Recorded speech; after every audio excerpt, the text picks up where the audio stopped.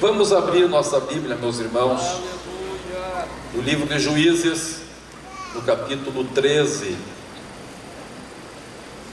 versos 1 a 5. Glória a Deus, Jesus está aqui. Graças a Deus.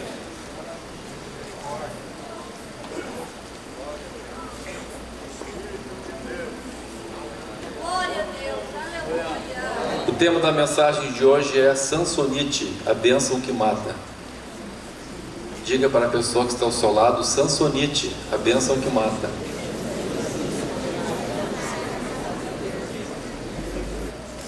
Vamos ler então Juízes,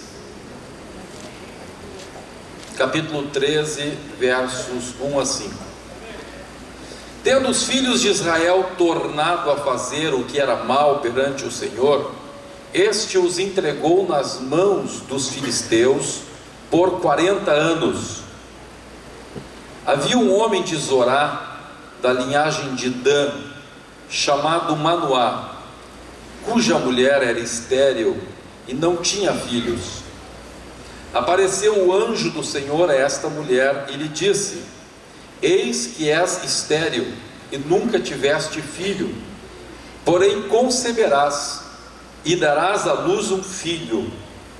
Agora, pois, guarda-te, não bebas vinho ou bebida forte, nem comas coisa imunda, porque eis que tu conceberás e darás à luz um filho, sobre cuja cabeça não passará navalha, porquanto o menino será nazireu, consagrado a Deus desde o ventre de sua mãe, e ele começará a livrar a Israel do poder dos filisteus. Amém? Amém. Glória a Deus. Os irmãos podem assentar.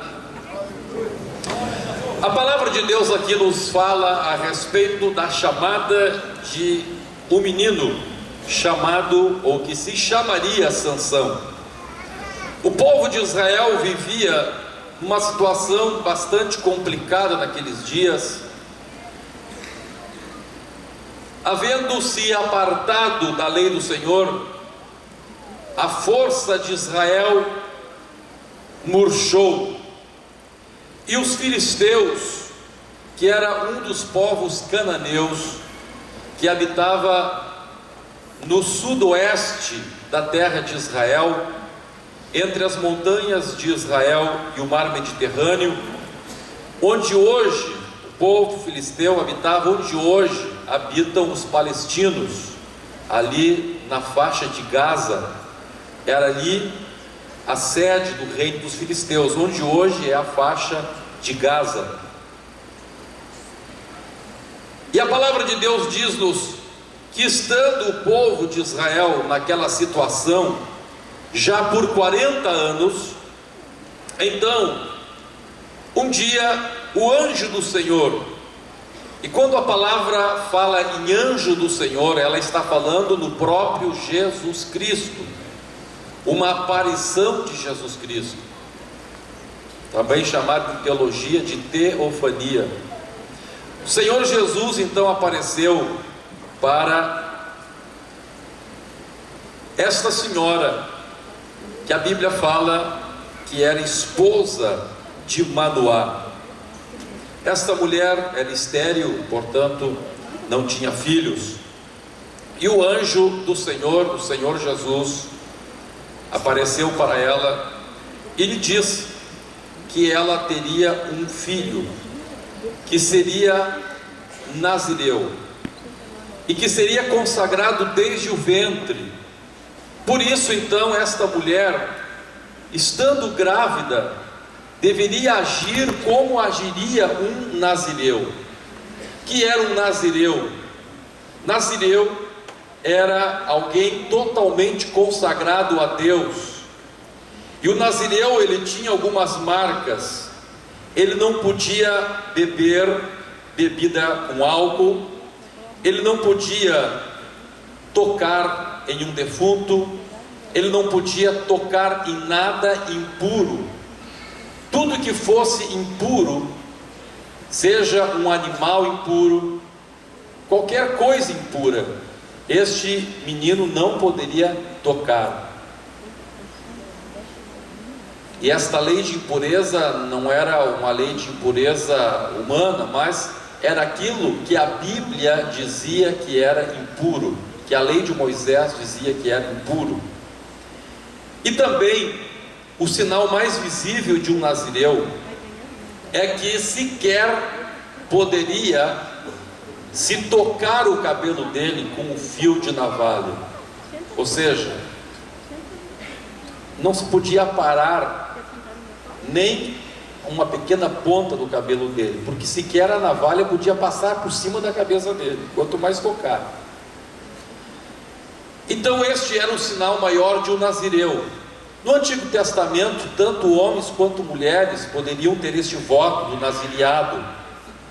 Não era somente para homens, tanto homens quanto mulheres, então seriam consagrados a Deus.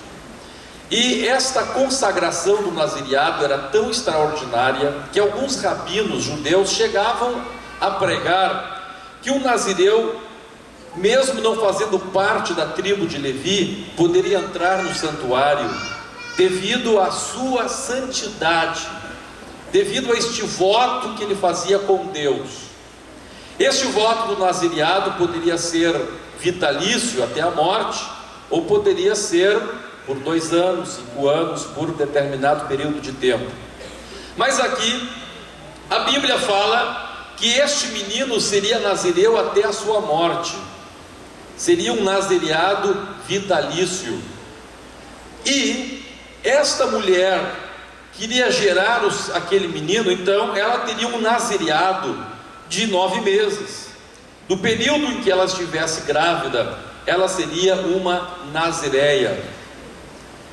E agora, meus amados, no verso 5, Deus, por meio de Jesus Cristo, revela por que Ele estava querendo daquela mulher o nazireado durante a sua gravidez. E por que Deus queria que aquele menino, desde o ventre da sua mãe até a sua morte, fosse o nazireu. E a razão era esta. A última frase do verso 5 diz: porque ele começará a livrar a Israel do poder dos filisteus. Havia então um propósito divino para aquele menino em relação ao povo de Deus. Preste bem atenção. Existe na vida de cada um de nós um propósito divino em relação à nossa própria vida. No Salmo 139, verso 16, a Bíblia diz que Deus tem um propósito pessoal, particular para a minha vida e para a sua vida. Agora, existem propósitos de Deus em relação a uma pessoa, não no tocante à sua vida pessoal, mas no tocante ao povo, no tocante a um projeto maior de Deus na terra. Então, em relação a este projeto de Deus maior, existe então uma predestinação daquela pessoa. Em relação à sua vida particular com Deus, então Deus respeita o livre-arbítrio. Mas há indicação na Bíblia de que em algumas vezes, em relação ao propósito que Deus tem com aquela pessoa, não em relação à sua vida pessoal, mas em relação ao povo, aí existe uma predestinação de Deus. Deus vai agir então, não em função daquela pessoa, mas Deus vai agir em função do amor que Ele tem para com o seu povo. Então, mesmo aquela pessoa errando, mesmo ela não merecendo, Deus vai agir com ela, não em função do que ela fez ou deixou de fazer, mas Deus vai agir em função do amor que Ele tem para com o povo. Amém? Glória a Deus. Então aqui a Bíblia está mostrando, meus irmãos, que Deus estava interessado no seu povo, no povo de Israel. E por que Deus estava interessado no povo de Israel? Por que Deus cuidou tanto do povo de Israel? Porque no seu projeto com a humanidade existe uma função do povo de Israel. Foi o povo de Israel que foi o instrumento de Deus para o nascimento de Jesus. Imagine os irmãos, se Jesus não tivesse nascido, não tivesse vindo ao mundo, o que seria de nós hoje aqui? E Deus havia escolhido o povo de Israel para ser um instrumento para que dali, deste povo, Jesus nascesse. Então, que coisa maravilhosa é ver isto. Quando Deus se preocupa com o povo de Israel, na verdade Ele está se preocupando contigo. Quando Deus resolve livrar o povo de Israel, Ele está pensando em ti, está pensando no Márcio, está pensando no Enos, está pensando no Humberto, está pensando no Brizola. Deus está pensando em nós. Ele está pensando num projeto maior. E Deus então, para livrar o povo de Israel da destruição, para livrar o povo de Israel dos filisteus, para começar um projeto de libertação, Deus olha para aquela mulher estéril. Eu vejo que na Bíblia como Deus gosta de fazer as coisas mais difíceis, não é? Aleluia. Deus gosta de fazer as coisas bem difíceis.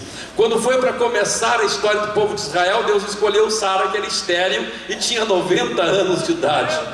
E agora, na hora de Deus libertar ou começar um processo de libertação, Deus poderia escolher qualquer mulher, mas Ele escolheu uma que era estéril, que não tinha filhos. E o anjo do Senhor aparece para esta mulher e diz: tu vais ter um filho, e este filho vai começar a libertar o povo de Israel. Glória a Deus, isso mesmo, vamos dar glórias a este Deus que faz as coisas de uma maneira diferente daquilo que a gente pensa. Agora, meus amados, nós vemos que este menino nasceu, e a Bíblia Sagrada diz que este menino, ele começou a ser incitado pelo Espírito Santo. No último versículo do capítulo 13, a Bíblia diz que este menino, ele começa a ser incitado pelo Espírito Santo para cumprir o propósito de Deus.